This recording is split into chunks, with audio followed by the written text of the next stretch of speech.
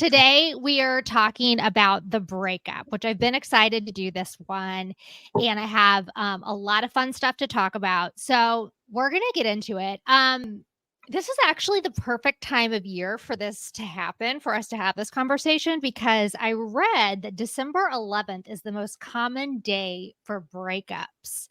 I also read something called the turkey drop, because the likelihood for couples to break up right around the rush of holiday activities and everything like that, which is kind of obvious. It's kind of like shit gets real around the holidays, like maybe there's some invites to meet each other's families. There's like pressures to buy gifts is coming up.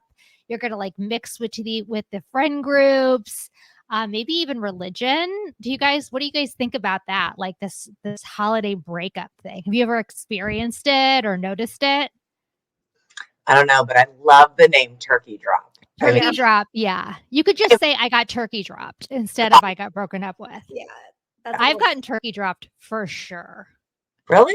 Oh yeah. I've been dumped around the holidays like a million times. Well, I think Thanksgiving is like the safe holiday, like it's easy, but then after Thanksgiving, it's like shit gets real. Mm-hmm. Get off the pot, right? Because if not, you're gonna have to buy me a gift. And yeah, yes. Christmas is totally different than Thanksgiving. But I agree. You can like do that Wednesday night. This is like young people. You can do that Wednesday night really drunk make out with someone, and then like just roll to your individual Thanksgivings. And then after that, you're right, shit gets real. It's like now we're talking about like who are we going to see for Christmas families? Like you have to buy me a gift. If you don't buy me a gift, you're telling me like right away you don't give shit about me. Like all this kind of stuff, right? Yeah. For sure. Yeah. I think when you think about going into the holidays with someone, you either have a oh shit or oh yeah, like you feel one way or the other pretty distinctly, because it's such a special time, and you usually are around family and friends, and you're like, is this person someone I want to bring to all those things or not? And then it kind of helps you, gut check. Really. Yeah. And I mean, gifts don't really mean that much, but I've definitely been like told how someone felt about me by the gift they gave me. Like I say this story in the book that like I really liked this guy and I got him like all these really special gifts of like, oh, I knew he wanted this and he mentioned this and this was his favorite fragrance and da da da. And then he got me a candle. And like, not just a candle, I saw the same size box wrapped up like 3 times under his tree. He had bought like just these he just gotten and bought all these candles in bulk for like the women of his family. And he was like, here you go, lavender. And I was like, okay, here's where I rank. Like, I'm like a standard cousin. This is how you feel about me. I was like, it was so heartbreaking. It's not that I wanted like anything expensive, but like my feelings were so hurt. Yeah. There wasn't thought behind it. No. So what we're going to do for this is actually the structure is that I have 6 steps for getting over a breakup.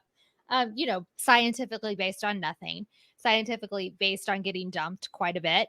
But before we get into that, I have a few other things. I found a little study that said that most people start to feel better around the 3-month mark post breakup. Most people get over it or start to kind of heal that wound around 3 months, based on a study that was like evaluated 155 undergraduates who'd been through breakups in the last 6 months. 71% started to feel significantly better around the 11-week mark. What do you guys think about that? I mean, I've taken a decade to get over people. So I don't know that 3 months is my mark. I mean, a good decade. The whole 30s. But what do you guys think about 3 months? Maybe they're referring to the initial gut-wrenching feeling where like you physically can feel the breakup in your body, like maybe that's what they're referring to, because I feel like if you love someone, it takes longer than that.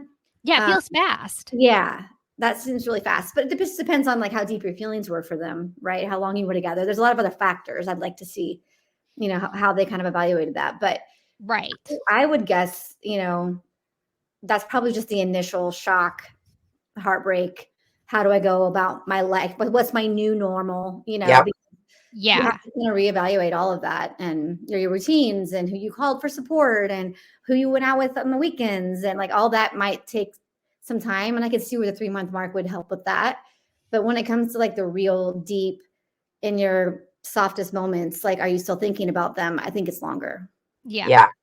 I think it has more to do with like routine, habit, right? Like, what did they say? Like 21 days or whatever it is. Create like a habit.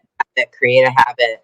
So it's more of like, okay, I've found a little bit of a new normal, but when they go to bed at night, are they still so sad? Yeah. Right. How are those PhD students, or what do they say? Graduate students. Yeah. This is the 6 steps for getting over a breakup. I talk about this in the book, and they're really not like the normal ones. They're not like, I've read a lot of these online of like how to get over a breakup. Make sure you give yourself time to grieve. Like they always kind of say stuff like that, which I do agree with that, but I think these are just like a little bit different. So step 1 is don't look for the perfect breakup ending. Like you're not writing a rom-com here. Don't try to wrap it up in a bow. And I always say Trisha is really bad about this. Best friend Trisha is really bad about this. So am I, which is why, best friends have a lot in common. And maybe you guys aren't, but what I always try to do is like, I always want like to end things on a good note with the person. And sometimes that's just not possible. Maybe down the road, you can come back and like circle back around and have that moment that you want of clarity, or that moment of peace, or the moment of like them like looking each other in the eyes and like saying everything's okay. But sometimes things are just bad and you're in a bad place and you just need to walk away. And if you keep trying to like end it correctly, you're never going to get out of it okay. I think the reason I always do it is because maybe things have gotten so bad and I know they don't really see me the way I want them to see me. So I keep trying to kind of like get my perfect ending. I know it's going to end, but I try to get my perfect ending, and it just belabors the point, and it's not healthy. Does that feel like, Trish, I know it feels normal to you. I've seen you do it. Yes, I did it. I mean, I did it for 2 years, right? Right.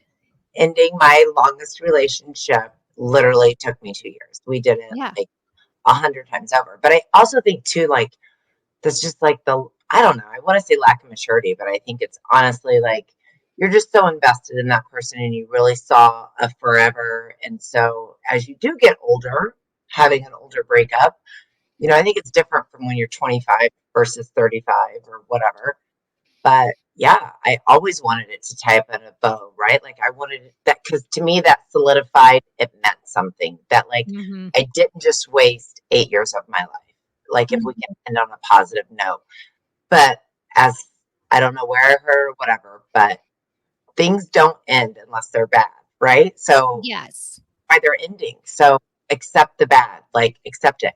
Because in time you will get the closure that you need, or make it feel like there's a bow around it or whatever, but yeah, that's a tough one. It's a tough one. Yeah.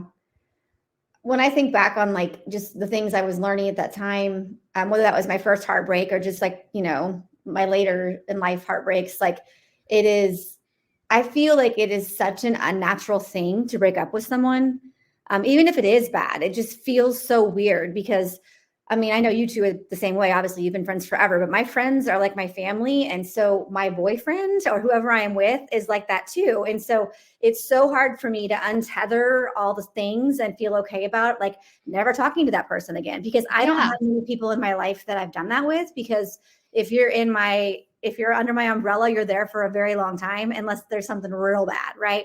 So to me, it always felt so unnatural with this person that I was with for so long. I mean, before Mike and I were married, I had 3 very serious relationships, and all 3 of them I cared very much about. And so it was always so weird to be like, and now we're no longer going to be in each other's lives. Have a good one. Like, it's weird. Yeah. Well, of course you're going to feel like you need to like tend to it still, or check in with them still, or, you care about their family and their friends and their life and them as human beings. It's really hard to turn that off. I think it also, like you said something that's important, like give yourself permission to be like, you know what? I'll call you in a couple months. We'll have coffee in a couple months. Like, I think there's always a tendency to be like, we'll never speak again, or like be really dramatic about it, or just be like, okay, well, I can. And I mean, and there is something about cutting off, social media scrolling and stuff. We'll kind of get to that about cutting off that energy right away, especially. But I think like give yourself permission to be like, you know what, we're breaking up, but like, let's catch up in a couple months. I definitely want to know how you're doing, because there is that horrible feeling of like, I'm never going to see this person again that I spent so much time with. I love so much. Like, we don't have to be so dramatic about it, And I think that's a great point. I think that would feel like so much better in the moment too. Like, hey, we'll touch base. This isn't forever and always. I am going to check in with you. It doesn't feel it's like sucker punch, like, right. But I also think, closure is a natural human condition. But many of us want that. That's just a normal thing to want, no matter what it is. And so there's sometimes, and I think, Trisha, you're right. The majority of the time in life, closure comes your way. It just might not be in your timing. And I would say, like, out of the serious relationships I've had, most of them I've had closure on. One of them I have not. And it feels weird. And I've talked to Mike about it. Like, we've talked about it. Like, I haven't seen him since we broke up because he was really, really angry at it. The fact that I wanted it. All ties were cut off. And I have never ran into him again. And that feels weird still. I mean, that was my college relationship. And I am like, in my 40s now. And it is like, and Mike's always said, if you see him out, like, I hope you guys talk. That's dinner. It's done. I hope you guys talk. I hope that you have that closure. I would totally support that. And because he's had that with his exes, and we both know that that's something that's important. Don't you think that's so weird though, that hasn't happened? Because we all three believe big about energy, and like, eventually that stuff surfaces, like, especially when you're thinking about it, not that you're sitting around thinking about it all the time. Yeah. But I'm just surprised, Jill, that like you haven't ran into. Well, I mean, we had very, very similar friends too, but yeah, he lives in another city. So that doesn't help. But like, we just never have crossed paths like at anything. And that's fine. I think that's probably energetically purposeful. I don't know. I believe in that stuff too. So I don't know what the reason would be, but I just think it's normal to want that. It doesn't mean you need them in your life ongoing, but it's nice to be like, are you good? Are you good? Like, look at our life. How are your kids? How is your wife? Yes. That's it really. That's all I would really care about. Is in a breakup, it's such raw emotion. There's so much anger. There's so much hurt. No one is thinking rationally, right? No. Like, so it's hard to like, of course we have this perspective because we've lived it, talked, but I think part of it is too, like, forgiveness too. Like, I want to know that you forgive me, like, because I didn't handle that great, right? And so whenever there's things that we don't handle great, I want to know that, like, I've apologized and I've, like you said, wrapped it up in a bow, or that there's been forgiveness, or like, you don't hate me, right? Like, that we were kids, right? So like, and I just, that's a piece of it too. I think most people want that as well. Like, yes, do you see me for me and not how we ended, but rather the rest of how everything was. Yeah. Yes. Not just you don't see me just for the ending. Yes. Which is what you were saying, Lindsay. You were mentioning that too. Like, I want them to have, you want to finesse the final, like, view of you, Yes. Yes. Yeah. So I'm going to kind of wrap up each of these steps with just kind of like, I'm just going to kind of wrap up each of one of these steps, basically. So look at your lessons from the relationship and leave it there, basically. Give gratitude for your lessons, whether they're good or bad. You can do this through writing or meditation, or just bringing them to mind. But wrap it up don't try to wrap it up in a bow. Don't hold on to it for too long. Step 2 is don't confuse your emotions. What I mean by don't confuse your emotions is when you're in a relationship, you often see yourself in the other person. Like, a lot of times you see yourself like, oh, I feel more artistic when I'm with this person, or that person made me feel sophisticated, or that person made me feel smart, or something like that. So a lot of times when you break up with someone, obviously you miss the person, you miss your routines, you miss your Sunday morning brunch, but you can kind of feel like you're missing a part of yourself because you're missing kind of like how you felt around them or how they looked at you.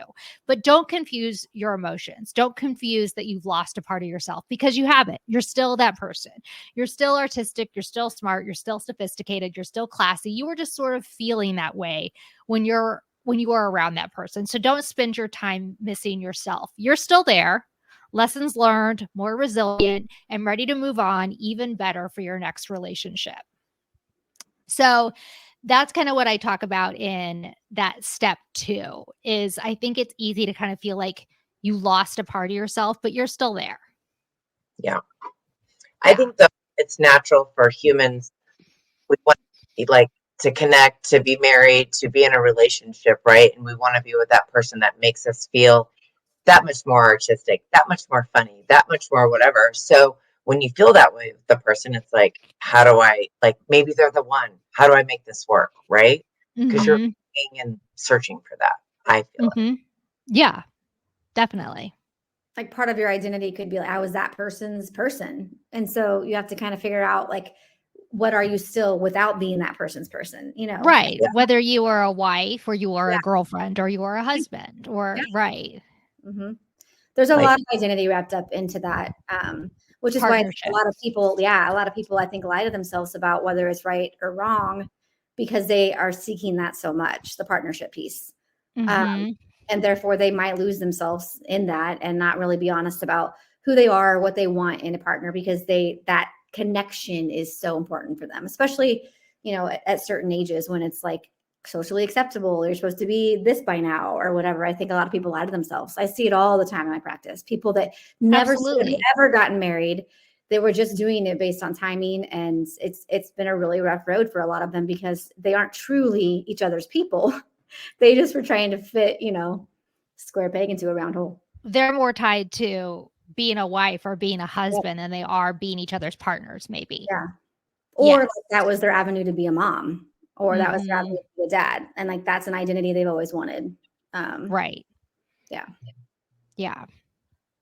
This kind of falls in line with number 2 and what we were just talking about. I read this kind of quote unquote concept in a book recently, which is don't fall in love with a story, or that people fall in love with a story.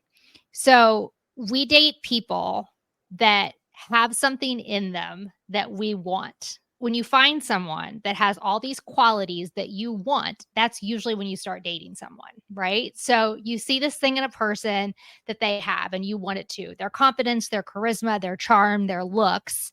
And then you expand to adopt them and kind of envelop those things too. And then you suddenly start feeling like you're more charismatic, you're more charming, you're better looking because you're in this partnership. So people are attracted to people because of other things that they want in themselves, right? Other things. You might see somebody and be like, I kind of lack confidence. They're really confident. So now I'm going to start dating them. I think I've definitely done that. I definitely always go for the confident person because, believe it or not, I'm actually not that confident. So this was kind of like this concept that I read in this book. And I was like, wow, that's so interesting.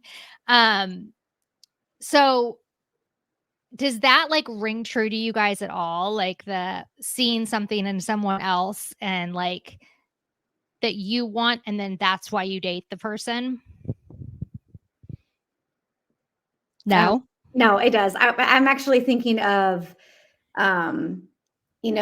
I think this is the case with any relationship, really, not just a romantic partner, which I know is what we're talking about right now, but with friendships. Yes. Too. Yeah. We seek out those sort of things, because I was actually talking to a good friend of mine recently, and she's like, I'm an introvert and I've always been an introvert. And so all my best friends have always been extroverts because they carry that for me and I don't have that. And it feels more comfortable and more balanced. And I think that's the same way with romantic partnerships. You seek something that's going to make you feel more comfortable in whatever A, B, or C way. And that whatever that is, I think it's a natural thing you want to lean into because it feels better. I mean, for sure, in my relationships, I date 2 different types. I date the calm, cool, collected type. And then I date the wild, crazy, kind of more like me type. And I've had 2 and 2 in my life. And so I can see why I leaned into those people, because they're parts of me that are there, but like not as developed as they have, if that makes sense. Yes. Yeah. So, obviously the more stable is normally the calm, cool, collected one, which is who I married. But the other ones were really fun. It just wasn't my long-term match. So they weren't qualities that I felt I needed long-term, or that would be stable long-term, but they were fun. Yeah. But yeah, I definitely could see where you kind of do that. You like lean into something that is like alluring, or that you wish you had, or that might be a void or a weakness or an area of improvement that you have, that you see that they have mastered. And so you want to hop on board to whatever. You want to kind of glom onto it, not to Exactly. be unromantic. The don't fall in love with the story part was in this book that I was reading. It was actually a fiction book, but they had like so much nonfiction laced into it. Was the couple definitely did that. They definitely like found like the yin to their yang, but in almost an unhealthy way. Like she needed these things from him, he needed these things from her. And then they met in kind of this unusual way. And then they really fell in love with their story. So they would go out on these dinner dates, and they would like, oh, how'd you guys meet? And their story kept getting bigger and bigger, almost to the point that it was bigger than them. And then the story starts, and they're our age, they're 45, and they're not happy. And she's kind of like, eventually she's kind of like, I fell in love with the story. I fell in love with this like myth about us. Mm-hmm. And it's not that it wasn't real, but it became bigger than us. And we didn't do the work on the real part because it was just kind of like all romanticized. And they end up staying together is the whole book is kind of the hard part of their marriage, and they end up staying together. But well, good for them. Yes, they kind of do some of the work and everything. But that's kind of what I mean by don't fall in love with a story. So I think like if you are going through a breakup, I think not an easy, but maybe a helpful thing to do is say like, was I just in love with the story anyway? Like maybe that could be a way to kind of like work yourself out of it, or work yourself out of like a romantic cloud if you're feeling that, because I think it's easy to do. For sure. Mike's first marriage is that exactly. They knew each other in high school. They were best friends. They started dating afterwards, and everyone thought, oh, it's so cool. You guys were best friends, in middle school and high school, and now you're together. And he's like, in the end, that's all we were, was best friends. We weren't lovers.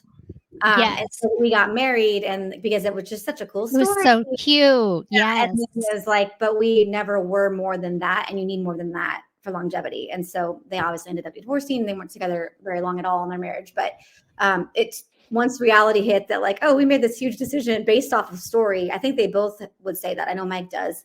That it was, that's what they thought was so alluring, was a story, not the actual relationship itself.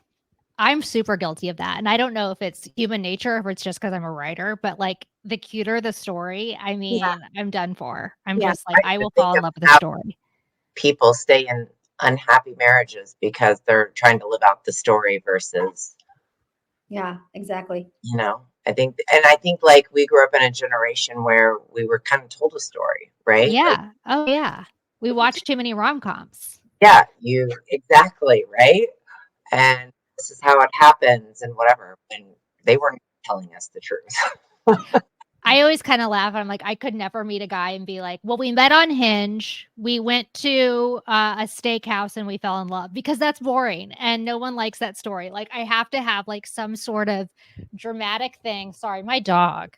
Like I have to have a good story. And if there's a good story, I'll put up, this, Trish, I'll put up with anything because I love the story. Yeah. Yes, it is. It is the writer in you. What is he doing? Okay. So step 4 of how to get over a breakup is don't be a drama mama. And I was all of these I am super guilty of, and I've been super guilty of.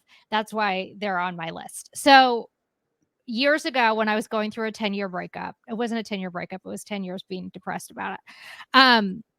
I like really played into, first of all, I played into the story of it. And then I like really played into the drama of it. Like I would like play sad songs and drive around and cry in the rain. Like I just loved the drama of it. And it's really easy to get caught up in the drama of it and like tell your friends the story of the breakup. And my breakup story was actually pretty good.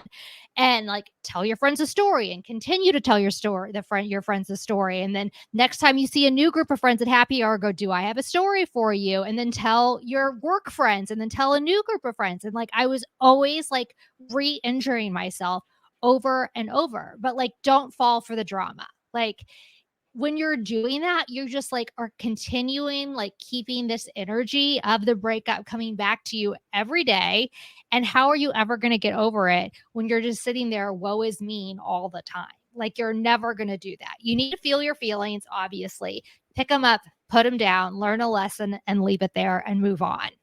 That's something that like people, especially if you're an external processor, which people are usually one or the other, they're either external or internal. And they're usually together, side note. But if you're an external processor, that's a way that you heal is by saying it over and over. But then there comes an unhealthy point, right?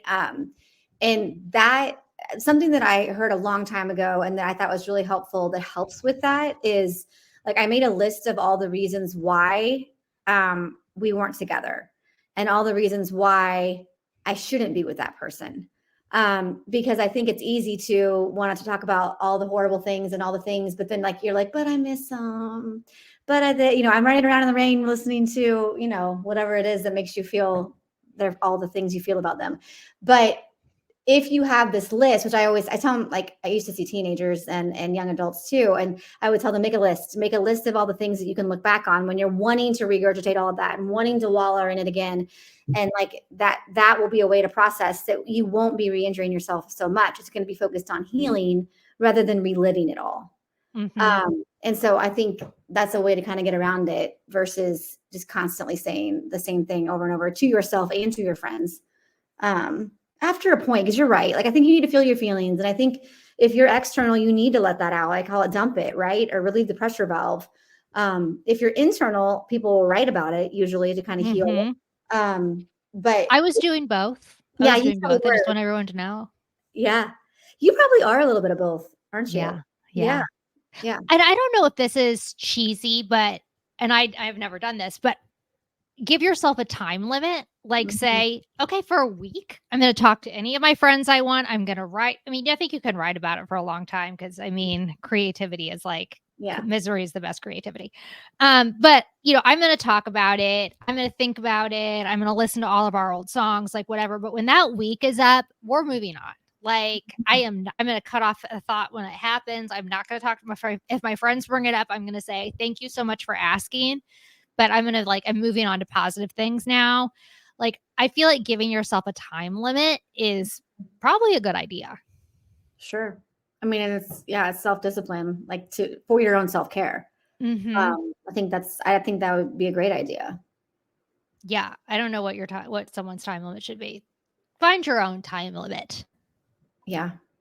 Something to think about if you are in that like really wallowing phase of it is, are you scapegoating your breakup for something else? Because I think it's easy to play the victim or get like stuck in this cycle of depression and then just say, oh yeah, but I'm so injured over this breakup. So that's why I'm laying in bed all day, or that's why I'm so sad, or that's why I'm not going out, or that's why I feel this way. But like, make sure you're being real with yourself, check yourself before you reject yourself. Like, am I just in general upset? Am I really just like super unhappy with where I am in my life and my career? Like, is this about something else that has nothing to do with him or her? Like, make sure you're like being honest with yourself because it might have nothing to do with your partner, your previous partner, and you might really need to make some changes, which this is a great time to make some changes because you have that big breakup energy coursing through your veins, and you can make some changes. So number 5 of steps to getting over a breakup is the X factor. So being friends with your exes, I think everyone has different rules when it comes to this. I think we all know that right away, it's really important to cut off that energy. Like, you're not going to go out and like start playing pickleball with them the next day. Sorry, pickleball is just like top of brain right now. You're not going to go out and start like running around with them the next day. You need to cut off that energy, but there's always that urge to like keep them close and be friends with them. I think it's very important to cut off like social media energy. You don't have to like dramatically block them. You can always just hide their account. Like, don't go to their socials. Don't follow them. Like, don't check up on what they're doing. Don't look at new girlfriends, for God's sake, or new boyfriends. Like, just leave it alone. Like, as much as you can do to like keep their energy out of where you are, the better. So this is what I write in the book, and it's a little bit weird, but I think it's really helpful advice. I kind of modified it from something I learned in like a kind of a workshop. But imagine you literally have like a relationship ventricle in your heart. So flowing through that ventricle is the energy of 3 ex-boyfriends and a person you met at the gym last week. You talk to them, you text them, you cuddle if it's raining outside. The universe glances down and does a quick assessment of your ventricle and says, "Oh, bummer, they're all backed up in the relationship department." The universe was about to move a proper partner into your path by way of a meet cute coffee spilling subway scenario, but now that's not happening. Show the universe that you're open for partnership and not clogged up with the old energy of old exes and casual hangouts. Free your heart for a new relationship, which may mean being alone for a while to get the blood flowing again. So what that means is that you need to really like free up your heart and your life and your brain and like all of your spirituality for something new. And if you're thinking about your ex, if you're talking about your ex, if you're playing pickleball with your ex, if you're looking at all of their social media, like that energy is still tethered and running through you, and you really need to release it. So,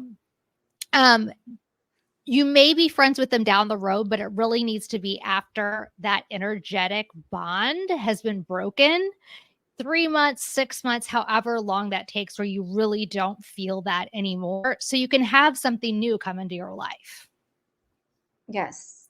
Create the space for others. Create the space. Mm-hmm. Yeah. Create the space. Mm-hmm. If their energy is still sitting on your heart, nothing else can be there. Nope. Exactly. Yeah. Yeah. I think it's one thing to be like cordial with them. Like the ones I've had closure with that I was referring to. I think that's, the end goal. I just don't know how. It just depends. It depends on the situation. I mean, if you're in the same friend group and you're going to have to see them, or you work together, or whatever that is, like I can see where that would be a higher probability of happening. But if your paths really aren't going to cross, or your friends aren't really the same anymore, and it depends on if your new partner, if you have one down the road, is comfortable with that, because I think they have a right to have a say in how that looks, or how they feel about that. And then you get to decide what you want to do with that. I don't know. I think it's hard if you had an attachment to the degree that you do with the person that you're with, to take it down to just friends. Yeah. Like, I think it's like, yeah, it is. Unless it was like a childhood. Like, I feel like that about my high school sweetheart. Like, like right. I've seen him at reunions, and Mike's met him, and like, it's fine. Like it feels like we could be friends. We're talking about planning our 25-year reunion together or whatever. Like, but it's not friends. Mm-hmm. Or like acquaintances, I don't know. I think it just kind of depends on many factors. Do you agree? Where are you at with that, Trisha? Yeah, unless you were to like have children with somebody and then you guys get divorced, like I've seen that happen with friends of friends, to where like that they've divorced, and the 4 of them now, they've both remarried and they're all best friends. Like, right, you have something to be connected about to raise these children. Right. But I think when you're single and you haven't had kids with this person, and I'm just trying to think of any situations that I've come across it, but I just think like, no, like you're moving on, because at the end of the day, somebody like my ex's friends are his friends, right? Like they're not saying I didn't have a good relationship with them, but you just kind of got to respect those boundaries, I think, and move on. Yeah. I mean, I think when you're married, it's totally different. I do think it's super cute when you're in like a Chris Martin, Gwyneth Paltrow situation. You guys are all like vacationing together in the Maldives. Yeah. That's like real but cute. they're doing that because for the kids. Yes, for the kids. exactly. No, that's what I'm saying. I think that's cute. Yeah. I don't think anybody else that doesn't have children is like, we just love each other so much. Let's go celebrate. Yeah. And our other partner doesn't care at all. And it's just so cool. No, it's not normal. No, yeah. I agree. I agree. It's not normal, but I think like doing that sort of co-parenting is really healthy. But I also, on the flip side of that, I think it takes a long while before that normally happens. I mean, I've had, some good friends of mine that have had that exact scenario, and they are good now, but it took like years, plural, 5 to 7 years for that to feel that way, and now they like watch each other's kids and, they're like, I don't know if they'd go on vacation together, but it's definitely okay, Yeah. Watch each other's kids that they've had with other people, I mean, in their other languages. And so I think that's super neat. And I love that. So I think it's possible. I mean, actually, I have in my life, like this is a side note, but I'll just tell the story. My parents, I think you know this, Trisha, my dad was married before to his high school sweetheart, and my mom was married before to her high school sweetheart. And they were all friends because they went to the same high school pretty much. Actually, they did. And they ended up getting divorced. And my dad's ex-wife ended up marrying his best friends from childhood. And so then my dad and my mom got together, and the four of them hung out, and they are still, like, even my stepmom, now that my mom had passed, like they all vacation together. The four of them are the best of friends, and there's no kids involved. It was just a choice. Like, and my dad always says, Nancy was supposed to be my best friend. That's who she was in my life. And Butch is his best friend from childhood. He's like, I wasn't about to let go of Butch. So we are, like, all these years later. That's high school to now, in their 70s. So that was always a model for me growing up, that like how cool that was, like the story of forgiveness and understanding and just true friendship and connection. When everyone hears that, they're like, what? Your dad's ex-wife and his best friend hang out with each other? Like, you guys all hang out? Like, yeah, they do. They're like my second parents. I mean, they were in every childhood memory, every vacation. That's wild. Yeah. But I love that. And I think that's what's great. Like, those are the situations where it should work, right? When people are emotionally mature, secure, like they realize, that's why I think sometimes with the exes, it's like, oh, but they were such a big part of my life and we should be friends. Well, that will eventually show in time, right? Obviously, with your dad and his ex, it did show in time. They were meant to be friends, right? Right. It's a lot easier for everybody to kind of understand and grasp and support. Yeah. Step 6 is channel your energy. So I kind of already mentioned this before, but at the end of a relationship, you have big breakup energy. So channel it. Start a company, learn to juggle, write a novel. Use your big breakup energy for something besides going out and drinking and making out with a random guy and making more mistakes that will take you further off course from where you want to be. And when you get out of that phase, you're going to wake up and be even more depressed than when you started. Not judging, because definitely have done that, definitely taken that route, but wished I'd channeled all the energy into something positive. I've definitely used my energy for positive things too, but I've definitely used it for self-destructive things as well. So don't use it to be self-destructive. Take all the energy and do something you wanted to do. Get your master's. I mean, there's nothing that fuels you forward like revenge. Not really revenge. I'm just kidding. But nothing fuels you forward like wanting to get to a higher place, So take that energy and go forward. Not to get it. Yeah. Not so to rebound or not to rebound when you're going through a breakup. Oh, rebounds are fun. Ooh, yeah. Rebound with no expectations. Yeah. Oh, okay. Although I do think it can be like a huge disappointment. Setback. Yeah. Like, I think it can be a setback. If you're the wrong person like me, I think it can be a huge setback. Yeah. Because then all you do is compare, and I'm never going to find, and oh my gosh, and is it out there? And this person's never going to compare to, That's something actually that I feel like I learned too in breakups is, even if I was the one that initiated it, I felt like it's so easy in those first few months, especially if you do go on dates with anyone else, to compare them to the ex. Yeah. And you might miss out on a really awesome person because you're doing the comparison. Mm-hmm. It's not apples to apples because you really knew your ex, hopefully, right? And so you're still getting to know this new person. And I mean, there were so many, like things that I think I thought, like, oh, I don't like that. I don't like that. I don't like that. I didn't think really about it as fully as I could have because it didn't match the mold of what I was used to. Oh, yeah. I think we talked about that in another podcast. Like, I wished I would have dated different, like it's just not, I think it's unfair to the new people that you meet to do that, but it's so hard to not subconsciously go there. But it could be better than it was with your ex because it's different. It doesn't necessarily mean it's bad. You just have to give it time. Basically, give it time before you make a decision.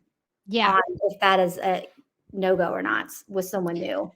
Or be very transparent. Like, this is a rebound. Are you in it for a rebound? Right? Like, because then bounce. That can be productive. But then maybe the rebound turns into something more, and then you guys continue to have the conversation. Jill, based on what you were saying, Trish and my mutual best friend used to always say to me when I was going through the 10-year breakup, I'm just going to call my ex John Stamos. It wasn't John Stamos, but I need to insert a name here. She would get so mad at me because I'd go out with someone. I'd be like, it was horrible. I hated him. He was stupid, or, whatever. I hated how he chewed his steak. And she'd be like, she's like, it doesn't matter. If John Stamos doesn't show up for your date, you're not going to be happy. Meaning my ex, unless it's him, you're not going to be happy. Like, unless your ex walks in the door and sits down, you're not going to be happy. You're going to tell me you hate everyone, which I did. Told her I hated everyone, told her everything was terrible. And those people did not have a chance. It really wasn't fair to them, but it was. And also looking back, how many great guys were sitting there, Part of it is just, it's unfamiliar. So it's uncomfortable. And that's really what it is that you didn't like, is the unfamiliarity. Yes. And it doesn't mean that, they're absolutely not for you. I mean, it could. I'm big on following your gut, but you have to figure out, like, what is the raw healing piece of me that's saying this, or what is like the actual, like, my gut saying, red flag or radar going off, this is not a match for you. And that takes some self-reflection. But I think often it's just, this isn't comfortable because it's not familiar, and therefore abort. Like, I'm out of here. Yeah. You need to be ready to do the rebound if you're prepare yourself and then have fun. Bounce, as we said. So those are my 6 steps. If you guys had to pick, like, if I had to pick my one best piece of advice, I would say it's the cut off all the energy. Don't social media stalk. Don't talk to them. Don't look at your old pictures. Like, they have to be dead to you for a period of time. Like, you have to cut off that energy would be my best piece of advice in general. What is your all's best piece of advice, do you think? I agree with that 1,000%. Cut it off. Especially in this day and age. Yeah. Like, I mean, I say all the time, it's like that Sam Hunt song, breaking up was easy in the 90s. Like, that's how it feels. Like, yes. Imagine breaking up with all the things that people have now. Like, that is just like literally pouring, alcohol in the wounds. Like, it's just, it seems like torture. It's hard enough to hear. Like, I remember just like even hearing the person's name when we broke up was like, in conversation, if someone brought him up or whatever, let alone like seeing pictures of the people. Right. See them posting the story or whatever it is. Yeah, it's horrible. Would you guys rather be the breakup or the breakup E? Breakup E. Really? Wait. I'm breakup Wait. er. Wait. Okay. Like, I asked a question and now I confused myself. Would you rather break up with someone or would you rather get broken up with?